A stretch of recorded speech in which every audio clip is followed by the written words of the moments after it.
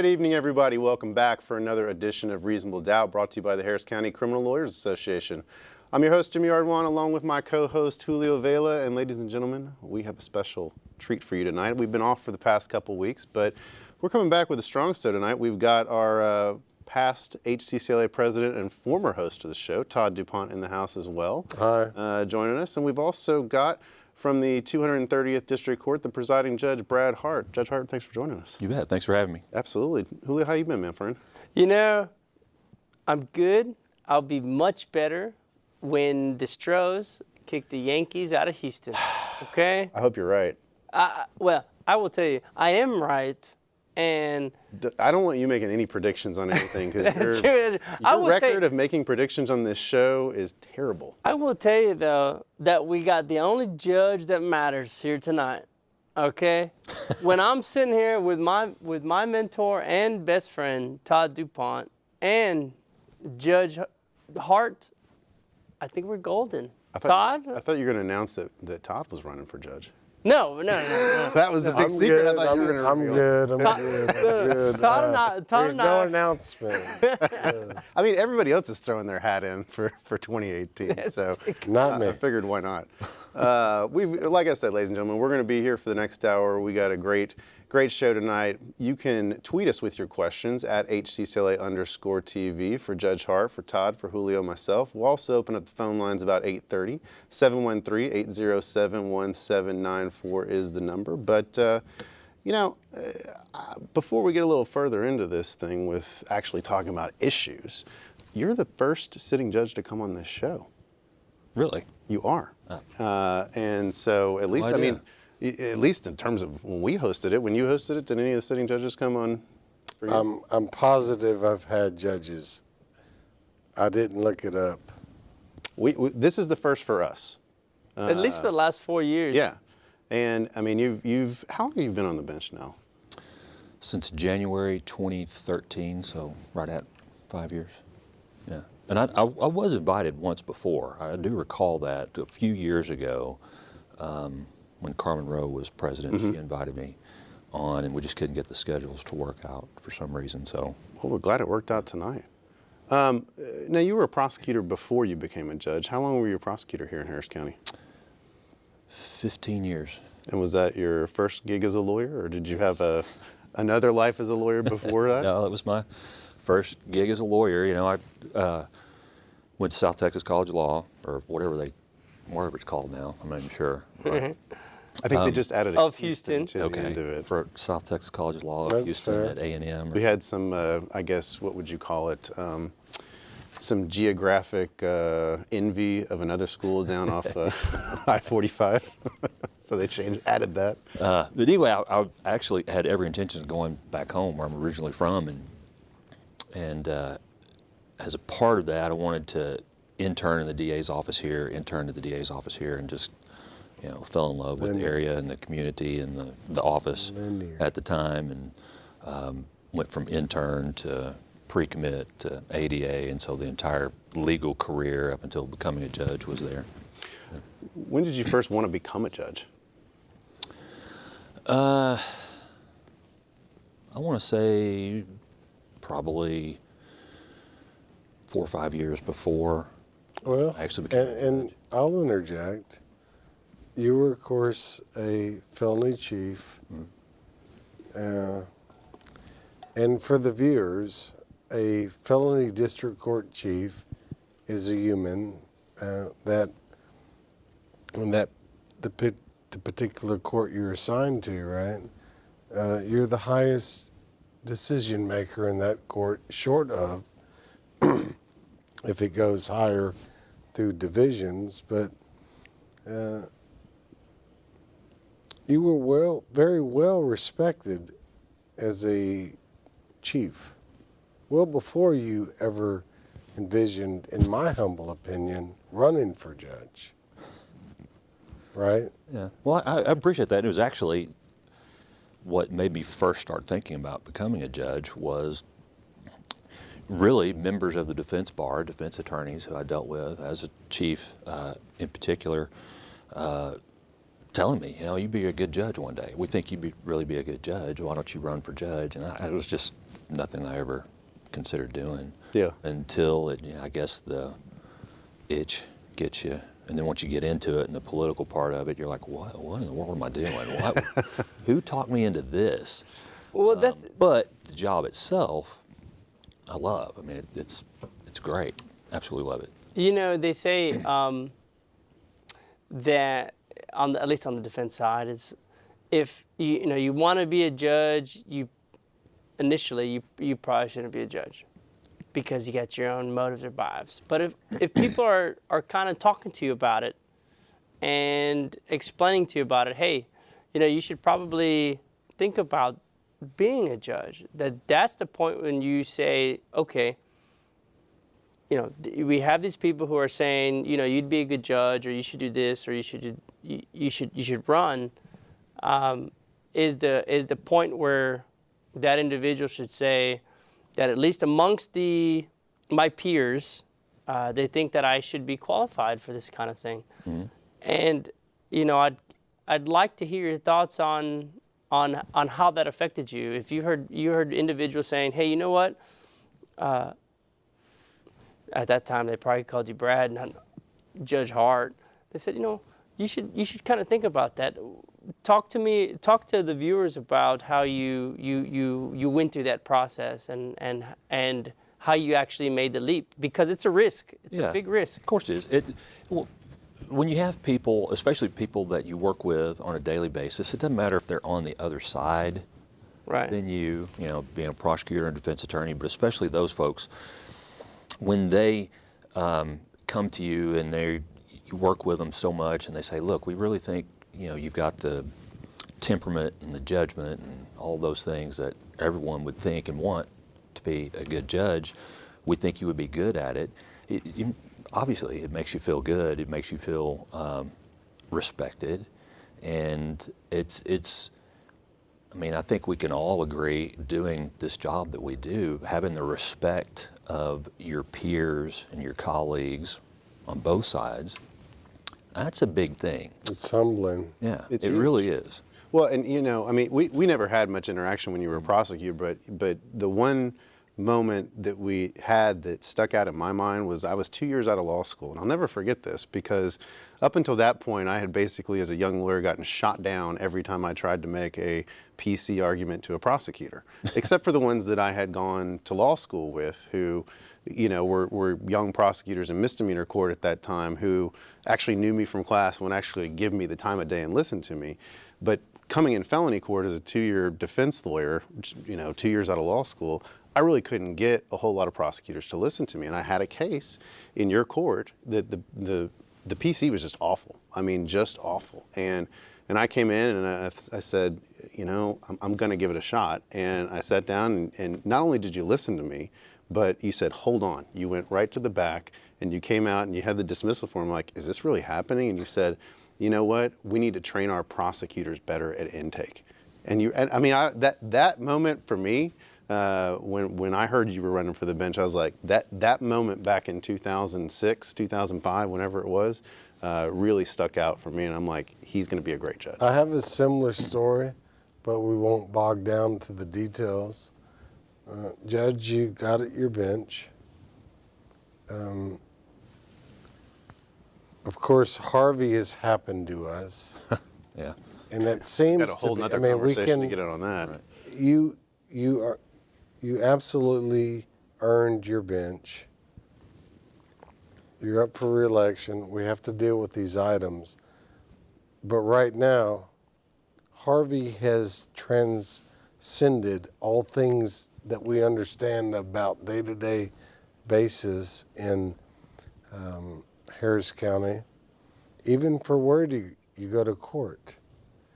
One of the things I'd like, and I know you're very passionate about, is giving the viewers and their families and friends an idea of how we can do our best to negotiate through what we have.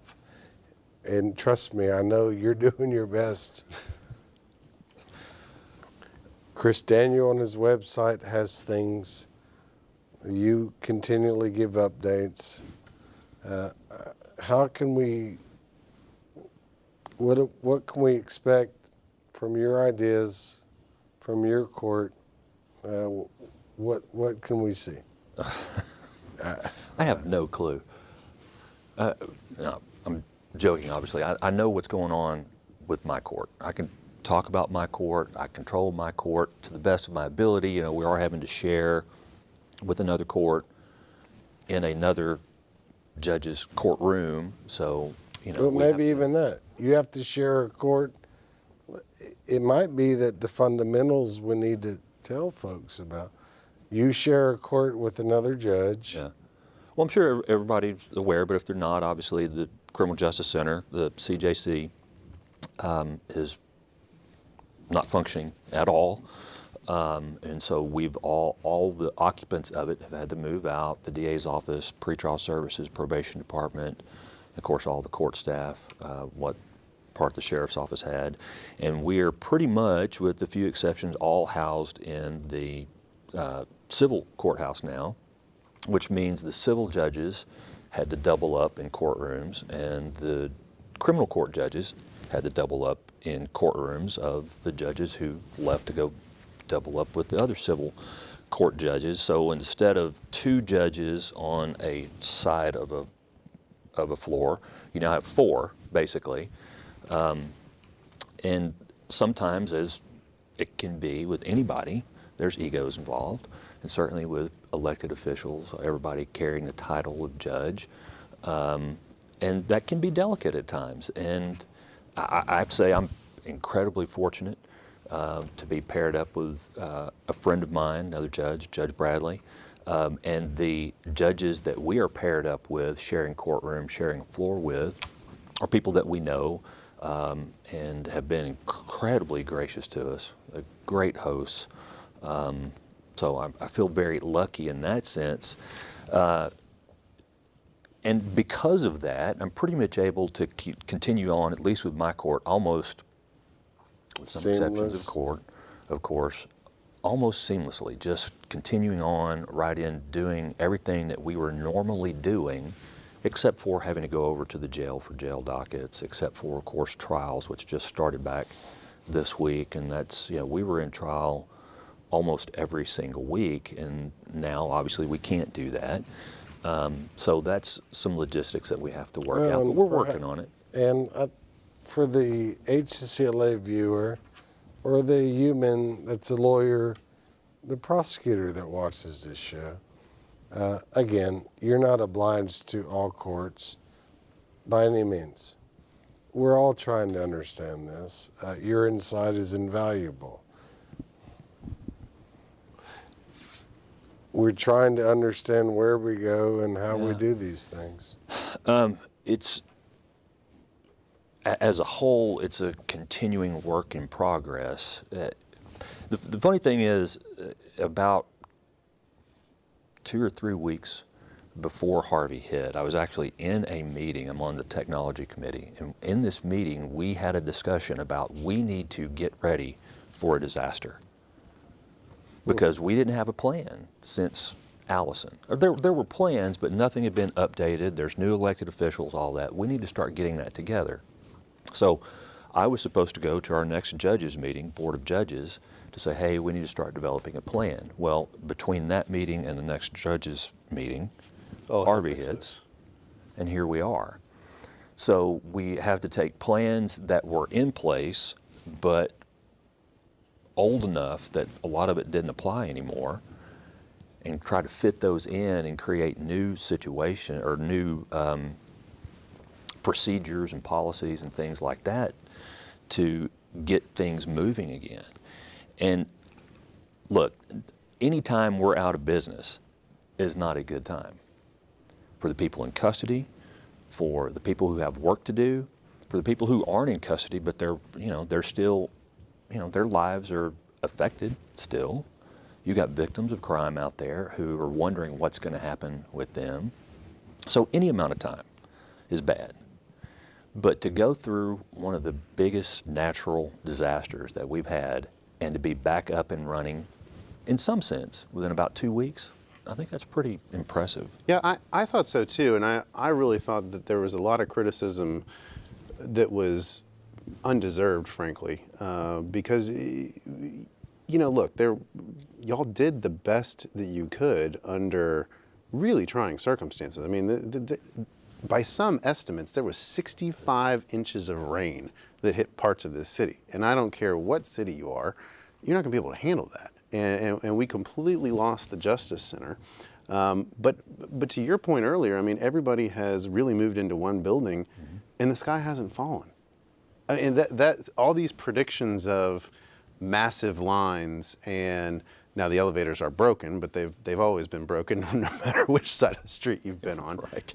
But it hasn't collapsed. I mean, we don't have anarchy. We don't have mass hysteria. Yeah, people are, maybe they're having a hard time finding their courtrooms, and some people are struggling to, the prosecutors may be struggling to get all their files to court and all that. But no question. But for the most part, I mean, it's functioning pretty damn well, I would think, under the circumstances. What do you think as a presiding judge is your biggest challenge currently, and how are you attacking it or addressing it? It's just juggling everything. We have the male jail docket. We have female jail dockets. The female jail dockets, especially over the last few weeks, have kind of jumped around, and they've been different days, and there was no real set system for it, but now there is one. It really just started a week or two ago for them, but having to juggle the male dockets, basically each court only has one of those once a week. We're limited in the number of inmates we can have on those dockets. Then you got the female dockets, where now those are set, like my group of 6 courts is every Monday. That's good. That helps. It helps, I think, y'all also being able to know, okay, female jail docket, these courts are always going to be on Monday. That's got to help. We have people in custody that need hearings for whatever reason, trying to get that situated. The trials, like I said, starting back, trying to get back to trial. There are people that need trials, custody, bond, whatever. They need their trials, and trying to get that and to be able to juggle all of that is the biggest struggle, I guess. This poses a general, but of course, we have 22 district court judges. I would imagine all the judges would follow the statute, yourself included, i.e. trying the most serious first, but we're still subject to what we can get down as jurors and the limitations that exist post-Harvey. Yeah. Do you think, I mean, is there a renewed, or I shouldn't say renewed, is there a push to get an actual docket control management system in place that maybe might have lawyers and defendants not coming to court as often in light of what's going on? I hope so. My court is one of the courts that has, it's called DCM, Docket Differentiated Case Management Systems, where hopefully the idea is that there are not as many court settings, that the court settings are greater in length in between them, that the prosecutors and the defense attorneys do most of their work outside of the courtroom, not in the courtroom. As we would do on a federal case. Don't wait till you come to court to talk about the cases. That's happening. Yeah, That's happening now, Your Honor. well, good. I mean, I'm glad. I hate. Well, that it took for the this. lawyers that care, that's happening now. But pre-Harvey, though, that's what I was doing. A couple of other courts were doing it, and it was a struggle. I mean, I'm just being honest with you. It was a struggle to get the two sides to do anything differently than what they always did. Come to court, do everything in court, and then the case has to get reset. I mean, ideally, and under our system, there should really only be 4 settings, and then it gets set for trial. That's it, period. Over, a 9-month period, 4 settings, and then a case gets set for trial. That's the way it really should work.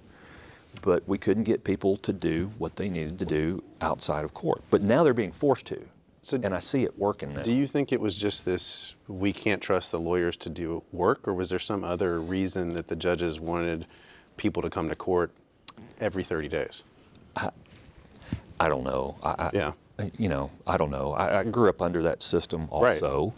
And under that system, especially from the defense bar, I heard all the time, we need to do this differently. It has to be done differently. Why not stagger dockets, which is something we do. We have, our docket day is Friday, which everyone hates that it's Friday. I get it, but it actually works out. That's the first time I can get to hang out with you. So like, some of us like it. It's I have a beast of very burden. good reason for it, but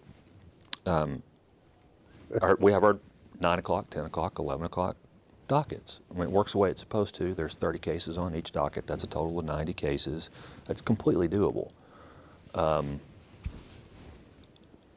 like I say, now we're forced into that in a way. Mm-hmm. And I do think some other judges now, seeing how we have just rolled right along, are saying, okay, well, maybe this is a good idea. Maybe we should look into this a little bit more. I hope so. Which begs that question, post-Harvey, and I would only focus on Your Honor, but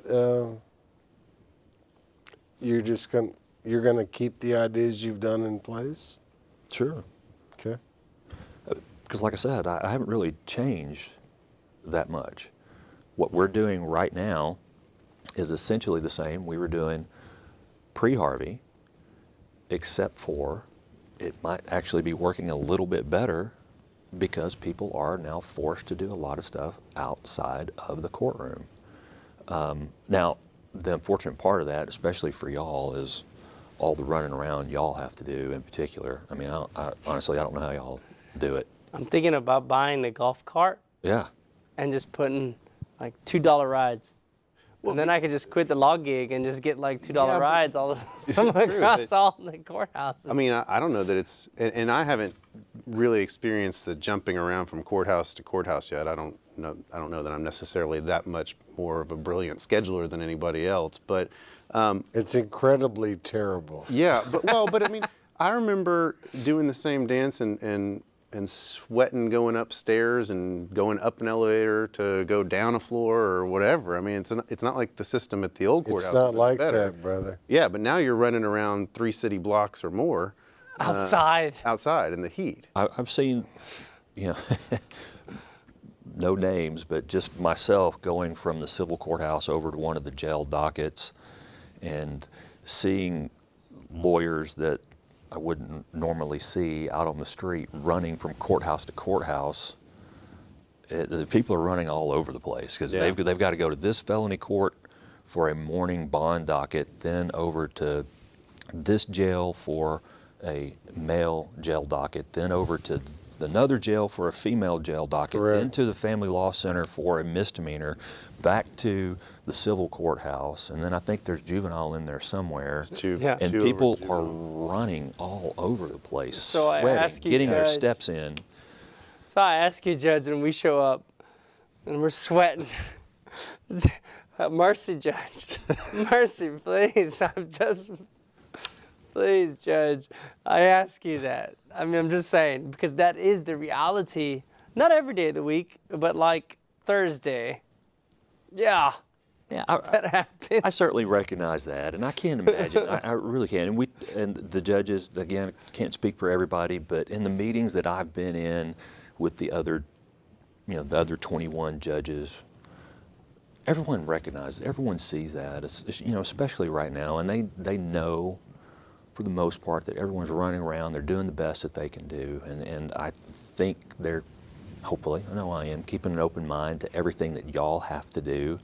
And also the stressors that y'all have. I mean, people forget about this, but a lot of people lost a lot during the flood themselves. I remember talking to Todd 2 or 3 times, and he was over at other defense lawyers' houses, helping them out with stuff. So we got to keep all of that in mind also. For trials, Judge, are you seeing, okay, so I do a lot of misdemeanors, and I might be in court 9, and it might be a court 9 trial, but judge in court 12 is presiding. Is that's what's happening on the felonies as well?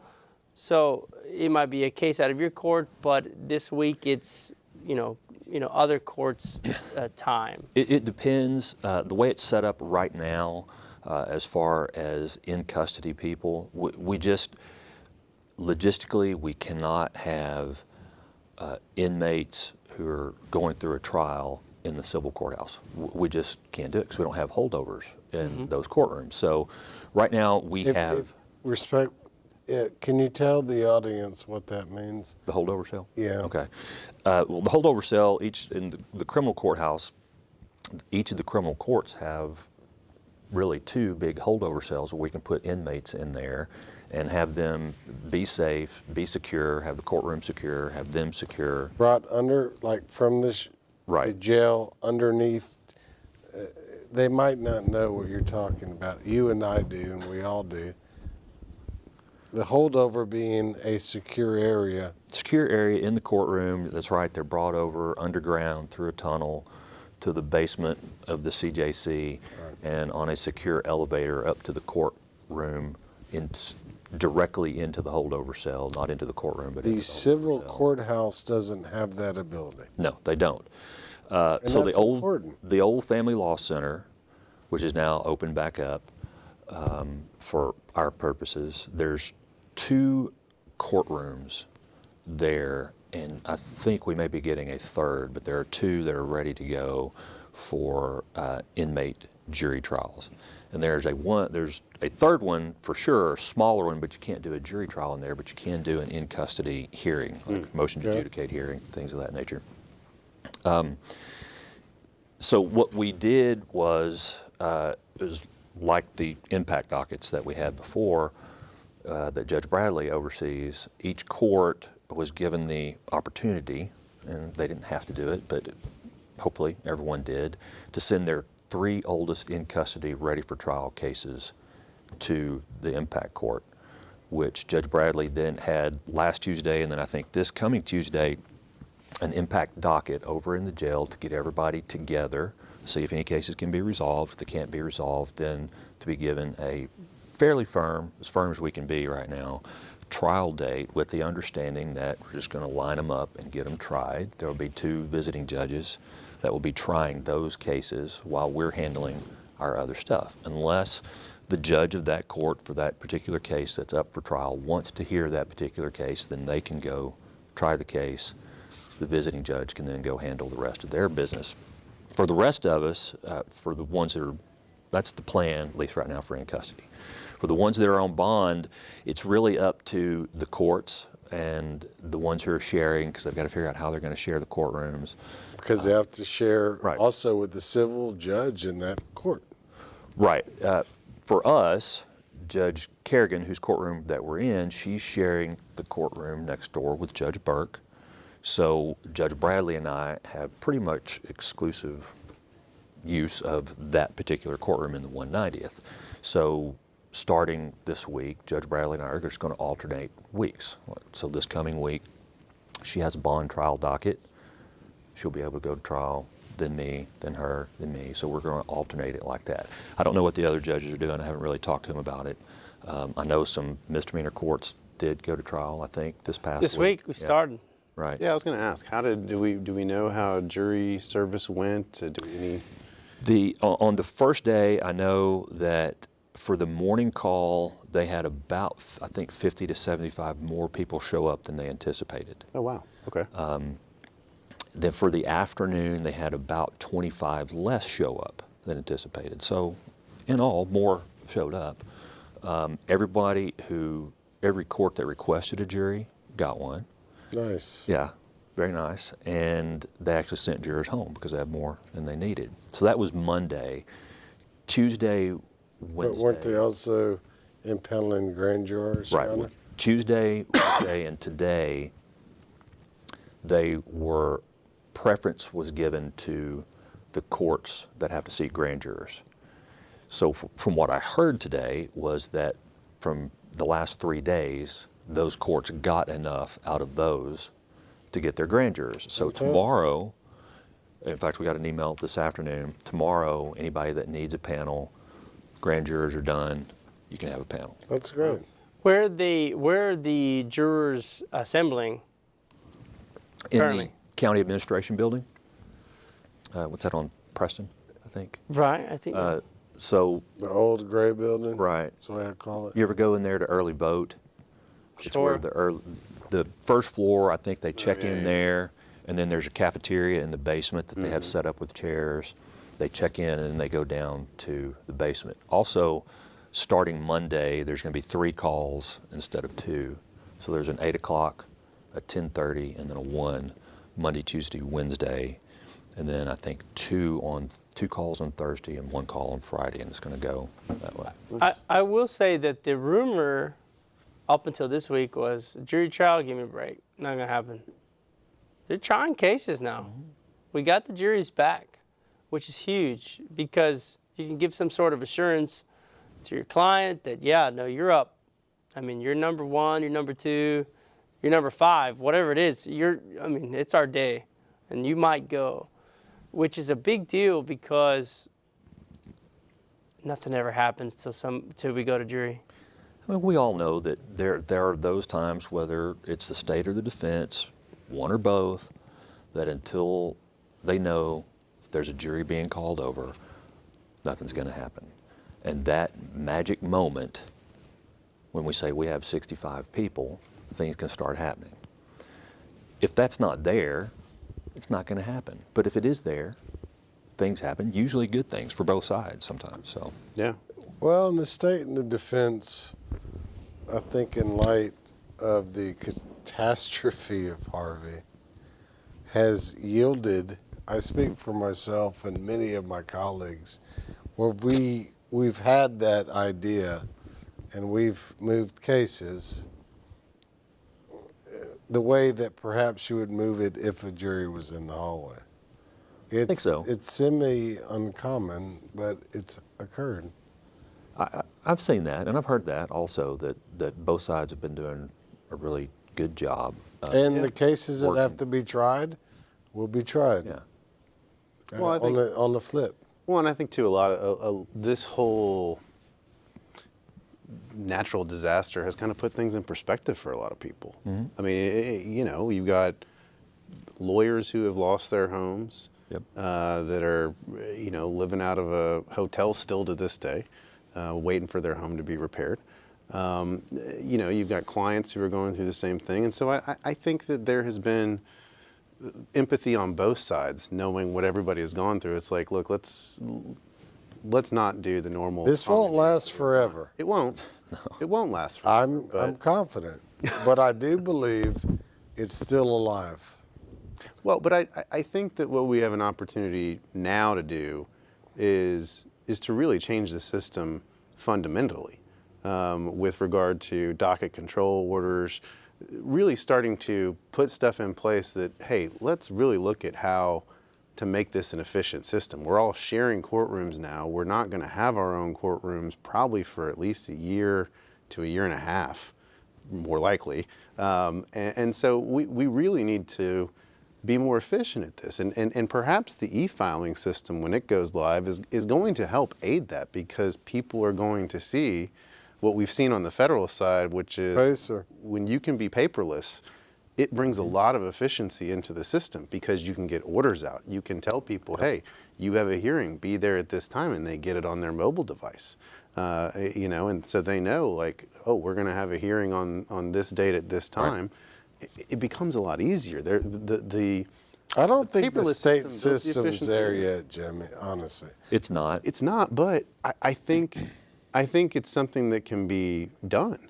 Well, it has to be done by the ledge. Of course, they're pushing. Well, we do have a deadline. We've got all the extensions we're going to get. We have to be e-filing e-courts by January 1st.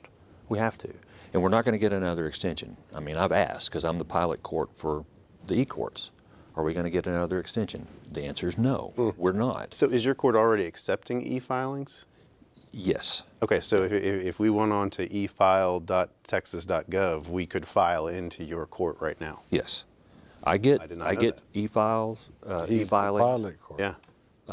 I get discovery orders, all of that. They pop up in my queue. I can sign them right there electronically.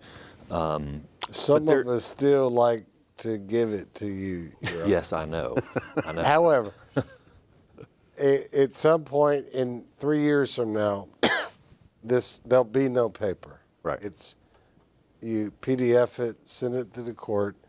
I do everything on the computer anyway. I mean, we still have the court files, but all of that stuff is scanned in. So I have it all. So when attorneys approach, do you want the file? No, I've got it all right here. So we're headed that way. Of course, like everything else, there's multiple agencies that are involved. The DA's office, the probation department, the clerk's office. Clerk's office, I think, they're good. They're pretty on board with it, but there's still a lot of things that the DA's office has to work out. The probation department We has still to have work to out. come to court then. Huh? It seems like we still are going to have to come to court. Well, you got to come to court every once in a while. Right. Well, for a federal client, not jacking with you, they get arraigned, they get a bond or they don't, scheduling order. Let us know if you want a trial. Really, that's kind of the way it works. Not even jacking with any of the bondsmen or anything.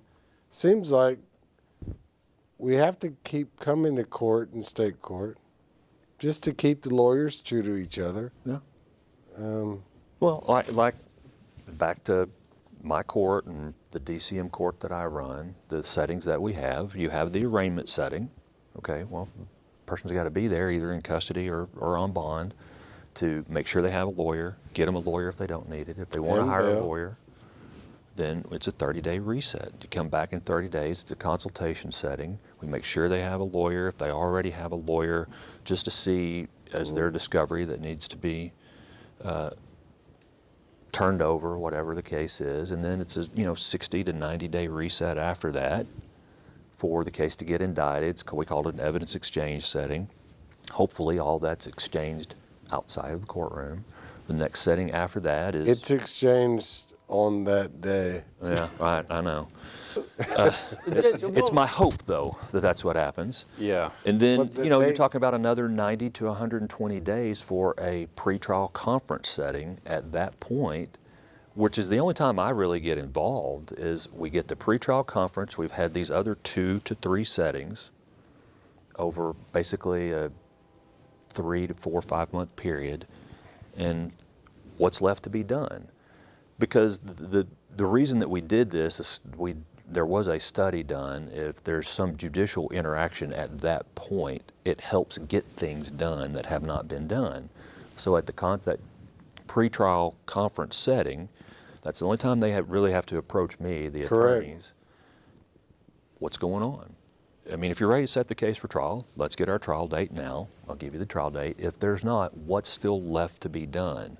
And just me saying that, what's left to be done, now I know what's left to be done. I can give you another pretrial conference setting, but it needs to be done at that next setting. When you come back the next time, most times it's done.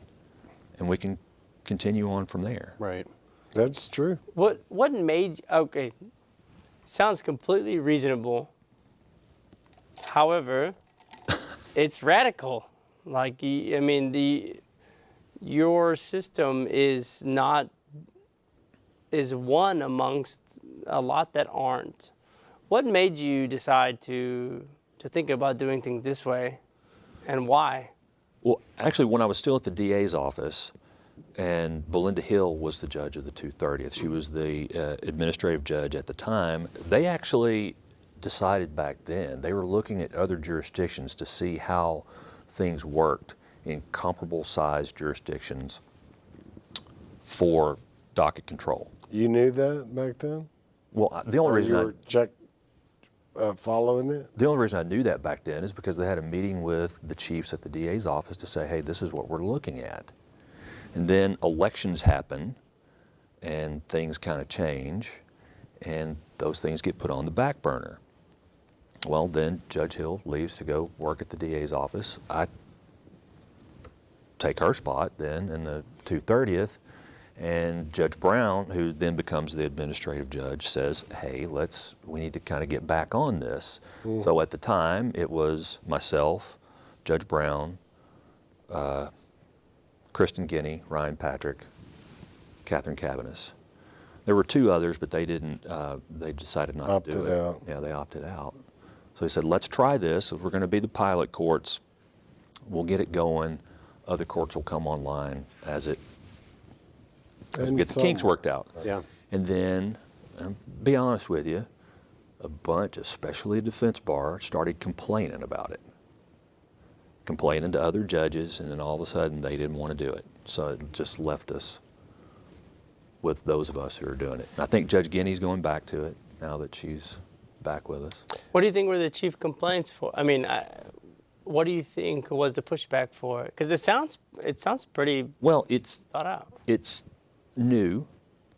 Anytime we do anything new that's different, people don't like it. And this idea, like for my court especially, it's on Friday. It's supposed to be limited to 90 cases. But when people aren't getting things done in the timely fashion that they're supposed to be getting them done, and I have to give extra settings to get it done, that increases that 90 caseload number to 100 to 110 to 120. So when you start adding more people in there, the docket becomes bigger. People are not talking outside the courtroom, so now you have a line of people to talk to the prosecutor, which should have happened beforehand. And if it's a pretrial conference, then you have to have a line of people to talk to me. And people hate standing in lines.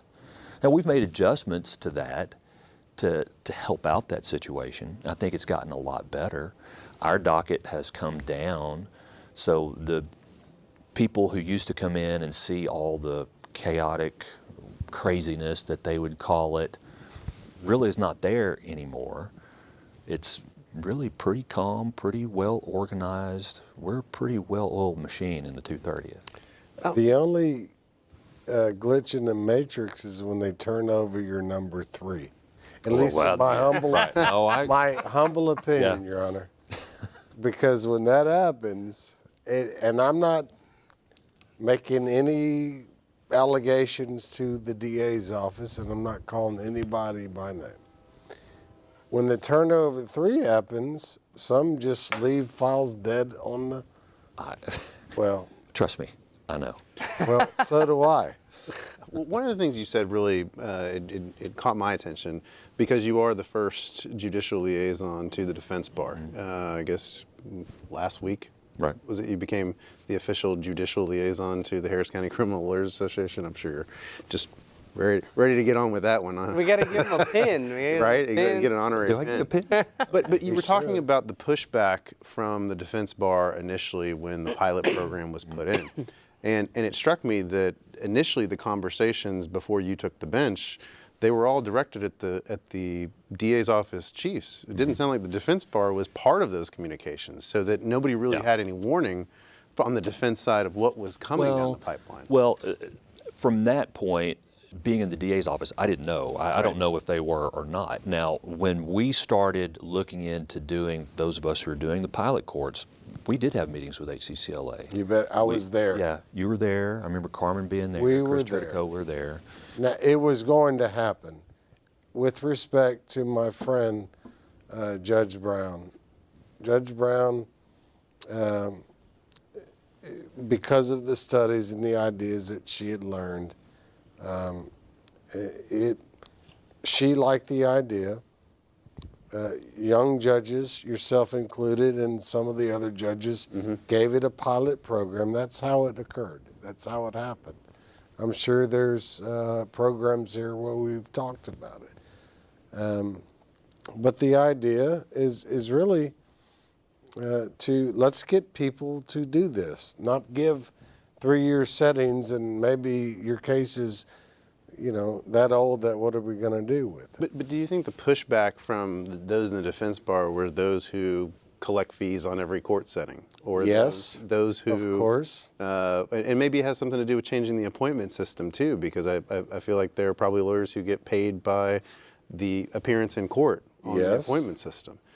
And so, I mean, those seem to be fundamentally things that probably need to be looked at as well. Well, Well, but that is, as far as the appointments and pay, that is something that is being looked at. Judge Evans is in charge of that, and we I have know a meeting tomorrow. there's a meeting tomorrow about that. I hope everybody goes to hear the ideas and voice whatever ideas that they have. But there's constant from a lot of us looking into things to make things better for the system, for the people in the system. That includes everybody, and it includes the defense. I mean, we want the defense to be fairly paid, to be fairly compensated, and to have the ability to represent their clients to the best of their possible abilities. And that's pretty much across the board. I don't know of a single judge that does not feel that way. It's just a matter of how do we get there, which plans are the best, how's it going to affect everybody. And it's just getting to that one that we can all agree on. And Has hopefully anybody called in, Justin? Yeah, we were about to get to a phone call. Come on, let's take a call. We were about to do that. Calm down, man. My bad. Settle. Well, I was waiting for a guess break it to get used to to the be- phone call, man. Jeez. look, I guess it used to be my show. I yield to the floor to Jimmy. Let's take our first phone call. Hello. My thanks bad. That's all right. Hello. Thanks for calling Reasonable Doubt. Hey, it's Rob Cookman. Good evening. Hey, Rob. Sorry to interrupt you, Todd. I wanted to welcome the judge on the show. I know I'm not the host anymore, but we got, between us, there's 4 hosts, Pat, and I think, Judge, you may be the first sitting district court judge to be a guest on this show. I'm not sure, but I think so. But I do know you're the first liaison that HCCLA has had. We welcome that. It's been a long time coming. I wanted to ask you a question that's relates to the court appointments, and I don't really do them, but it's been a concern of the defense bars for a long time that the Fair Defense Act is not observed in every single court. I'm not asking you to criticize individual judges, but we look at statistics at the end of the year, and we see annually there's typically 10 lawyers who have been responsible for moving 3,000 felony cases. That's an average of 300 felonies each. There's no way that anybody can argue that that's competent representation. That can't possibly be. These are not lawyers that I'll just refrain from criticizing them, from commenting on those lawyers. But I'd like to hear your comments on how we can get closer to the Fair Defense Act. I like your ideas and I like your scheduling. I think it's a good idea and it works real well. I think it's a fair amount of time for a lawyer in the average case. But it is a big concern that while you are interested in justice, I'm not sure that when we see 10 lawyers handling 3,000 felonies, that the lawyers that are appointing these, the judges that are appointing these lawyers, I'm not sure they share your same interest in justice if they're doing that. And it happens every single year. Thank you, Judge. I'll get off and listen. Thanks, Rob. All right, thanks, Rob. I don't know what to tell you about that. I don't know what others judges do or how they go through the appointment system. I know how the system works. I know how it's supposed to work. I know that we follow it to the best of our abilities to make it work. We quarterly get the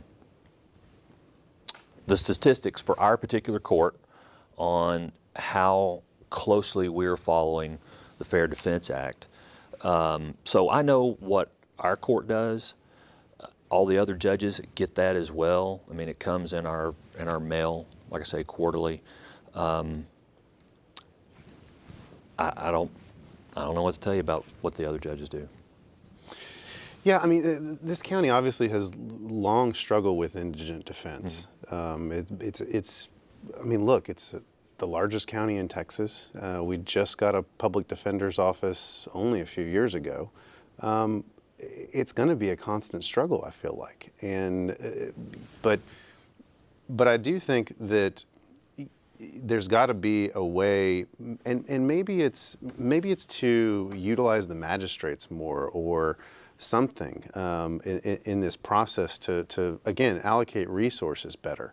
I'm not really sure. I mean, I don't know, but I mean, is there a way that maybe taking the appointment out of the district court's hands, or in terms of the actual appointment itself, but putting into either vesting more authority in the magistrates to do the appointments, or Well, the I law don't won't think- allow them right. to appoint. I don't believe that the law will allow It our does not. magistrates here to do that. It does not. I mean, I will say this, I'm only in my court. I don't go around to other courts. I don't know how it is there, but I'm in meetings with these other judges, and look, I don't see how it's practiced every day, but I know from talking with them and seeing them, that's what they say. I mean, they say that they want good, competent representation of everybody, and I take them at their word at that. If they're not doing that, or if people feel that they're not doing that, then that's between them. And some courts specifically use contract lawyers. Right. They have right, of course. Those folks work for a salary for that court per year. But But that's only a few, as far as I understand. like I Maybe said, 3. though, there's, especially now, especially these days, it seems, in the last couple of years, and certainly I think going forward, there's one of the judges at least. I mean, there's a judge ahead of just about every committee, and there's all kinds of committees that you can imagine. Fair Defense Act is a committee. Indigent defense is a committee. There's a judge in charge of those. And I know that that judge in particular and the other judges that she works with are constantly looking at that in ways to make it better. We can never stop trying to make it better. It's never going to be perfect, but we can always move towards that, trying to find things better. If it doesn't work, if this isn't working, we can find something hopefully that works better. And if that's still not working, find something else that works better. But it's constantly being looked at and discussed. I mean, I know we discuss it all the time. What's our time? We got a couple minutes left. We got probably. I used to 4 minutes ask left. that. Oh, we got Sorry, another I'm call? hijacking your show, Jim. It's all right. I used to ask these Okay. questions. There's time we got. We got another call coming in, I think. Well, good. Hello. Yeah. Thanks for calling Reasonable Doubt. Yeah, thank you all for having what I think is one of the most useful reasonable doubts I've ever seen. I've seen quite a few of them. This has been a public service, and people needed to hear about all the things that are trying to be accomplished here. And along those lines, I've heard it said that a natural disaster, is a terrible thing to waste. And it should be with that same intensity that you guys get it together and start using smartphones for scheduling, smartphones for face-to-face, all of the stuff that's been in the general population for so long. You need to apply it now, or you'll never have the chance. Yeah, I Thank you. agree. Thanks for that comment. Judge, one of the things that that I know you have to have had some criticism for, or some pushback is in your court, when it's time to approach you, it's time to approach you. Mm-hmm. And you're one of the few that hold not only the defense bar to, hey, it's time to, this is time. There's no more back and forth. You not only hold the defense bar, but you also hold the state, which I have seen, to say, hey, look, it's trial time. Let's go. How have you dealt with that? Because I know that it's tough. I mean, you have a big case, you have a case, and it's like this, the defense bar is making some excuse, or the government's making some excuse for not being ready. How have you dealt with that, and how are you continuing to deal with those things? And just your thoughts on that. Well, I go into every interaction in the courtroom with the state and the defense with the idea of, y'all are professionals. I'm going to assume that you're going to do your job to the best of your abilities on both sides, and that I can trust you in some way to tell me what's really going on here, whether you're ready, not ready. If you're not ready, why are you really not ready? I will always listen. But if I think that you're messing around on either side, I am going to hold your feet to the fire, period. Because you both sides have an incredibly important job to do, I think. If you are going to stand there as the state of Texas at any point in front of 12 citizens and ask for somebody's liberty to be taken away from them in whatever form or fashion, then you better do your job the best of your ability, honestly, ethically, all of that. And if you as a defense attorney are going to take money from the taxpayers as an indigent defense attorney, or you're going to take a large sum of money from somebody and they're depending on you to make sure their rights are being looked after, and they're putting their faith in you, then I expect you to do everything you can possibly do, ethically, morally, to represent that person to the best of your ability. And if I feel at any moment that's not happening, then yeah, I'm going to get on you about it, whether it's you or the state or anybody else. Because the people that are in that courtroom on both sides, the citizens, the accused, the victims, whatever, they deserve to have both sides advocating to the best of their ability. And if everyone does that, then this thing that we do, it's going to work out. Let's see if we can sneak one more phone call in here before we get off the air. Mic drop. I That want was huge. That's strong. Hello, thanks Really for calling strong. Reasonable Doubt. Hi, thank you for taking my call. I have a quick question for Judge Hart or any of the hosts that ties into competent representation, sort of what Judge Hart was just commenting about, and the caller's comment about the Fair Defense Act and judges, certain judges appointing a few number of lawyers with an extraordinary amount of appointments for indigent people. I know Judge Hart mentioned that he can control what he does in his courtroom, but as an objective observer, I was wondering if he had any comments on some kind of accountability that might be put in place to prevent that sort of large number of appointments going to lawyers who can't possibly provide competent representation, and if there's anything that the public or the indigent people who depend on that representation could do in the community. And I'll take the answer off air. Thank you. I actually have an answer Yeah, a little do. bit for that. Okay. Yeah. The way it's supposed to work is when somebody needs a lawyer, they tell us, we pull the wheel, and that spits out however many names it spits out. I've seen that list as small as 3 people or as large as 3 pages long. And as the judge, you have to go through and you pick from that, sometimes you're limited, the most competent person that you think can handle that case. Now, up until recently, and it hasn't started yet, but one thing that we have talked about, and I think and hope it's going to start soon, is in addition to that, we can see how many active cases the lawyers have pending, so we can factor that in to the appointment that we make. So I'm hoping that's, I know it's been talked about, Well, they say they can address do it. the ABA Right. standards. Yeah, that's great. That's it. That's all the time we got. Really? Yeah, that's it. It went by, man. It went by. Judge, we really appreciate you coming on the program. Yeah, thanks. I appreciate it. Have a good time. The hour flew by. So for my co-host Julio Vela, my other co-host Todd Dupont, and our Sorry, y'all.